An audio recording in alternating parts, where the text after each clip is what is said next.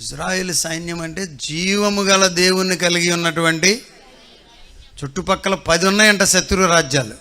రాకెట్లు వేస్తారంట. Rocket అంటే తెలుసుగా మీకు ఎంత స్పీడ్ వెళ్తుందో. ఇజ్రాయేలీలు ఇప్పుడు ఒక డూమ్ కనిపెట్టారంట. రాకెట్ వచ్చే లోపు దేశం అంతటిని ఇట్లా డోమ్ కప్పేస్తుందంట. మరి ఎంత స్పీడ్తో కప్పెడుతుందో ఏమండి. మా నానితో నేను చెప్పాను, కోతులు పట్టుకుపోతున్నాయా, బంగారం వంటి కాయలు కాసినాయి ఏంటవి, మామిడి కాయలు కొంచెం కప్పెట్టమన్నా. మామిడి చెట్టు కప్పెట్టడం తేలిక కష్టమా? ఒక కాయనైతే మీరు కప్పెడతారులే, నాకు తెలుసు.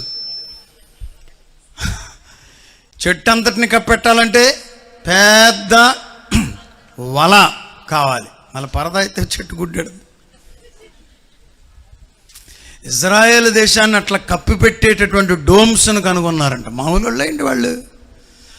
దేవుని హస్తము వారికి తోడుగా ఉంటే నువ్వు శక్తిని పొందుతావు, బలాన్ని పొందుతావు, జ్ఞానాన్ని పొందుతావు, కృపను పొందుతావు, యోగ్యతను పొందుతావు, హల్లెలూయా, జయమును పొందుతావు.